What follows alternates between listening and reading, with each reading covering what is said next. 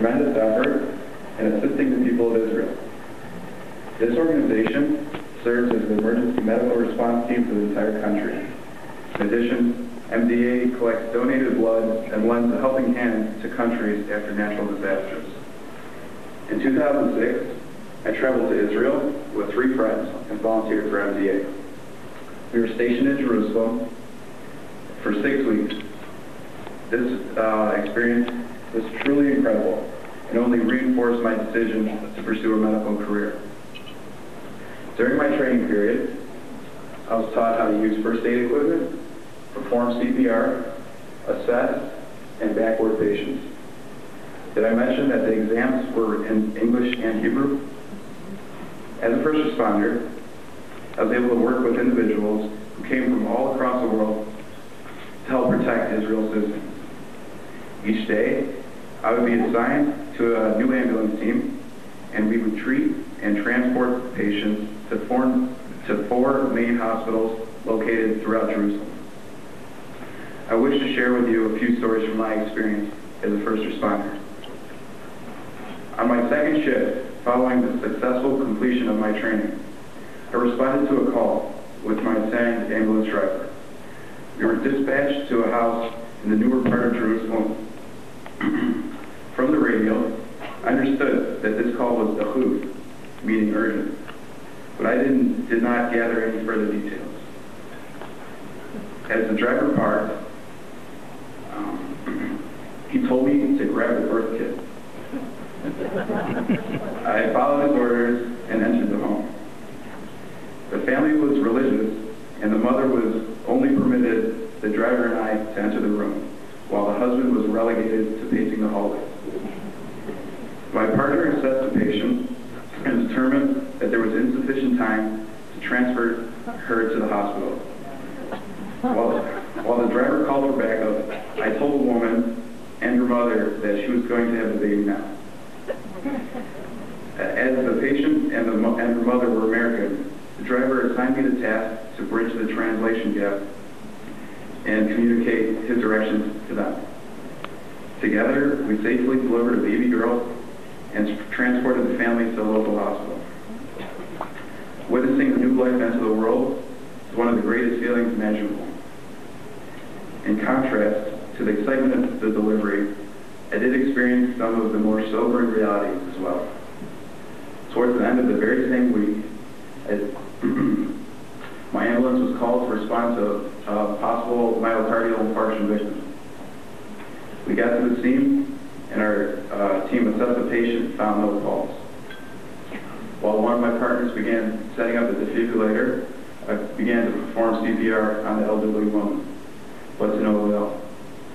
After seeing that patient die that night, I laid awake thinking about the enormity of my responsibilities and the consequences that are intertwined with the medical profession. After considerable amount of introspection, I decided that I was up to the challenge and proceeded to take on as many shifts as I could that summer. These are but a few of the many emergencies that MDA responds to on a regular basis.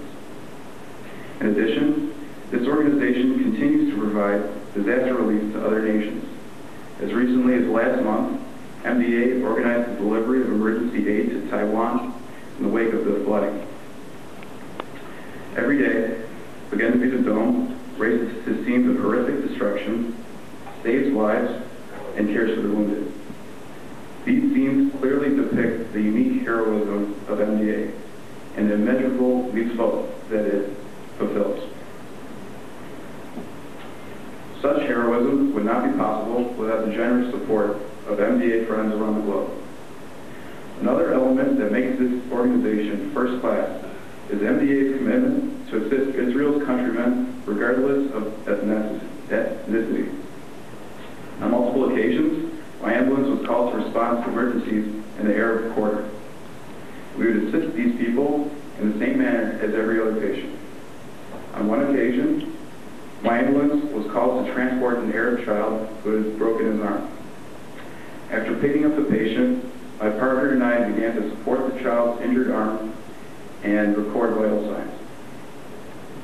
We took the patient to the nearest hospital, and we were about to leave when the child's father, who spoke neither English or Hebrew, put his arm on my shoulder and said, "Todah."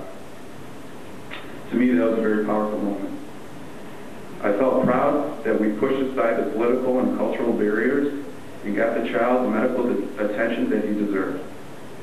MDA bravely continues to assist individuals in potentially hazardous locations.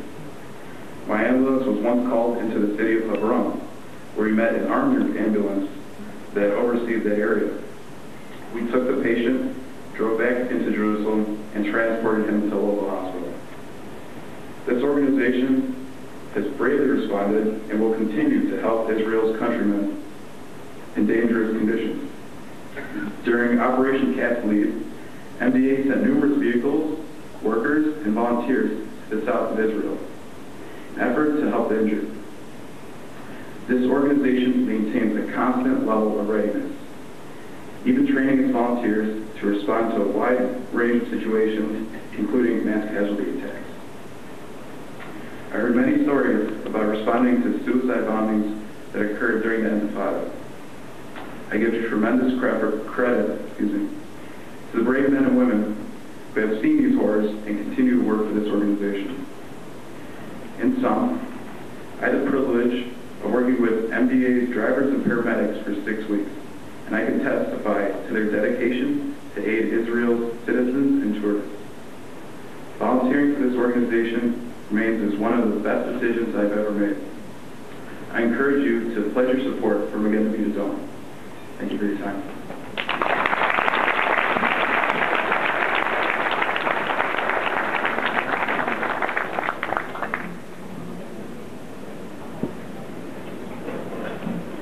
Thank you, Michael. And as we know here that our funds are also designated for very important stem cell research. Thank you so much. Thank you, Michael, for sharing your experiences with us.